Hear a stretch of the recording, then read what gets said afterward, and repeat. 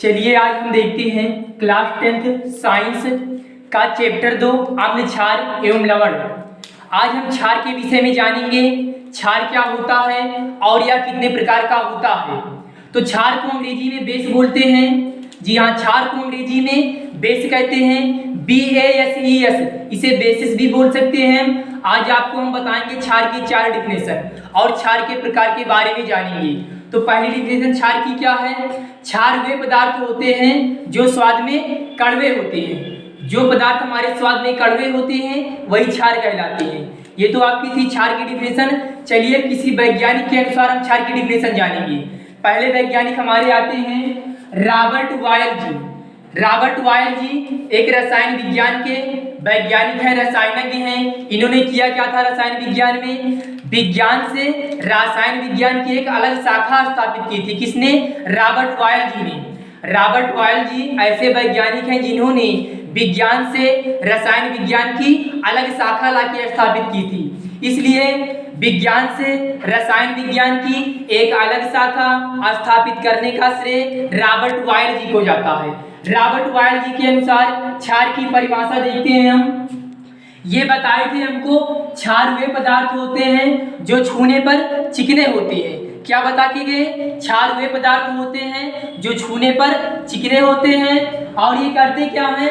लाल litmus paper को नीला कर देते हैं। क्षार को अगर क्षार में लाल लिटमस पेपर को डुबोया जाएगा तो हमारा नीला लिटमस पेपर प्राप्त होता है। आगे देखेंगे हम एच डेवी के अनुसार क्षार की दूसरी डिफिनेशन। एच डेवी के अनुसार ऐसे पदार्थ जो अम्ल के साथ क्रिया करके लवण तथा जल बनाते हैं क्षार कहलाते हैं।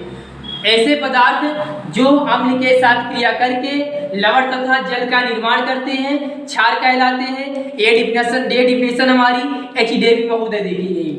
आगे देखेंगे हम आरहेनियस के अनुसार। जैसा कि आप आगे भी देख चुके हैं, आरहेनियस महोदय जो है अम्ल की भी डिफिनेशन देखे गए थे, अम्ल की भी परिभाषा बता के गए थे। अम्ल की परिभाषा आरहेनियस जी क्या बता के गए थे?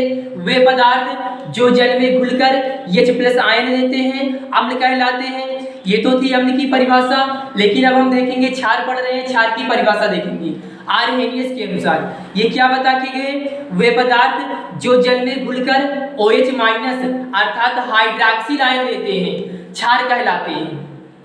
आगे फिर देखेंगे हम ब्रॉनस्टेड लोरी के अनुसार क्षार की परिभाषा देखेंगे। ब्रॉनस्टेड लोरी जी बता के गए उन पदार्थों को क्षार कहा जाता है जो अम्ल के साथ क्रिया करके प्रोटीन शिफ्ट कर लेते हैं। किन पदार्थों को क्षार कहते हैं? जो अम्ल के साथ क्रिया करके प्रोटीन शिफ्ट कर लेते हैं उन्हें हम अम्ल कहते हैं। अब एग्जाम्पल लेंगे क्षार का एग्जाम्पल लेंगे। क्षार क्या होता है हमारा? NaOH एक क्षार है आपका जिसे हम सोडियम हाइड्रोक्साइड बोलते हैं। KOH एक क्षार है जिसे हम पोटेशियम हाइड्रोक्साइड बोलते हैं। NH4OH अमोनियम हाइड्रोक्साइड ये भी आपका एक क्षार है। MgOH का होल ट्वाइस ये भी आपका एक क्षार है जिसे हम मैग्नीशियम हाइड्रोक्साइड बोलते हैं। अब देखते हैं क्षार का प्रकार। क्षार कितने प्रकार का होता है? क्षार हमारा 2 प्रकार का होता है। एक तो प्रबल क्षार होता है, दूसरा दुर्बल क्षार होता है।